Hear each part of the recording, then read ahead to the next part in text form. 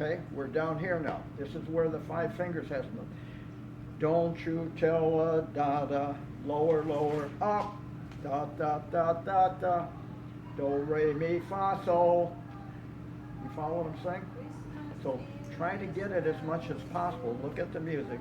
And this is how choirs teach. They give the music to the choir.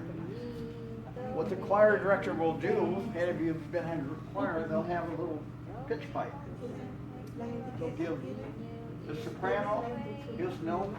They'll give the alto their note, the tenor their note. Attention, please. If you have signed up for the sack lunch and have a ticket, please come to the front desk. Thank you. Then they'll follow this concept here, because they will not all be singing melody. It may that this is the only guy that sings melody. This guy may be playing a third or sixth or an octave lower. No. So they have to learn. In the old days, really old days, even before me, or actually now, it was in Texas in the 1950s, mostly in the gospel world. And a lot of the Baptist churches and Methodist participated. It was called shape music. Each of these notes had a shape.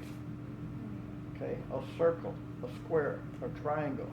They weren't all circles. The reason being is that that singer used that shape to tell them what note. Do, re would be a different shape. Do, re, mi. And some of them didn't actually use 9 notes. Some of them used less than that because it's easier. But that's how they're similar. I'll bring next week. Yeah, we have class next week. I'll bring you a hymnal with shaped notes to show you how. Attention, please. Kathy Walker, if you're in the building, please come to the front desk. Thank you. Anyway, look it up after I show it to you. You're learning how to use computers. So it's called shape music, S-H-A-P-E, shape music. And it came out around 1950. 1950. Books were published in Dallas in 1950. Hymnals for churches and so on. So, again, did that answer your question? Yes, yes it did.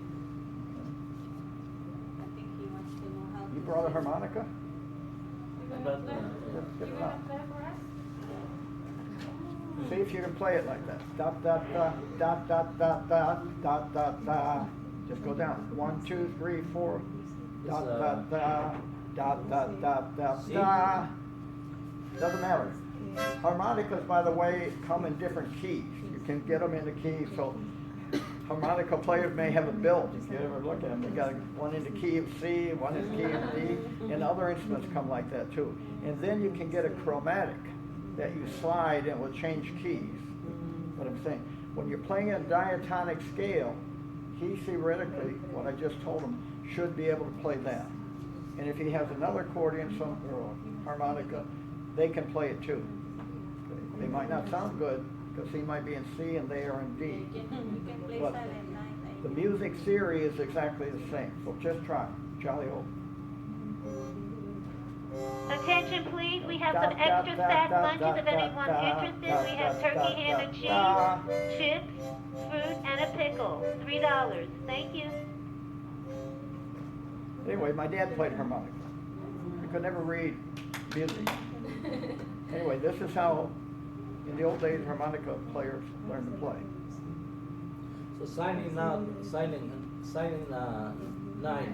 is on C or D or It says in key of C. C.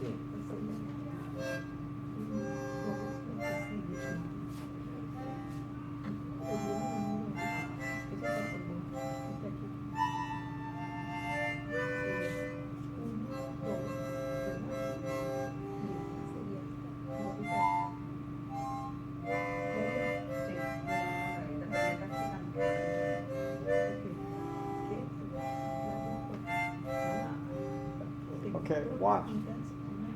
Start it again. Watch his hand very closely.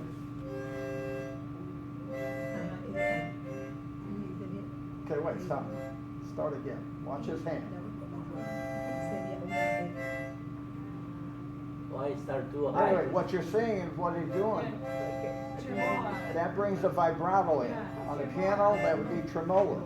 On the violin, it's vibrato. So they do that. That's the same thing I just told you. On a long note, make it sound different. It gets awful boring on a violin, for example, if they're going to take the whole bow and go down. So they add vibrato. Or they add what? They'll add a third or a sixth. Something to give it the dynamics of being different. Look, the harmonica players, they all learn how to do the vibrato. So you need to learn how to put those thirds and sixths in as a bare minimum. Okay. Thank How do you. you hold your hand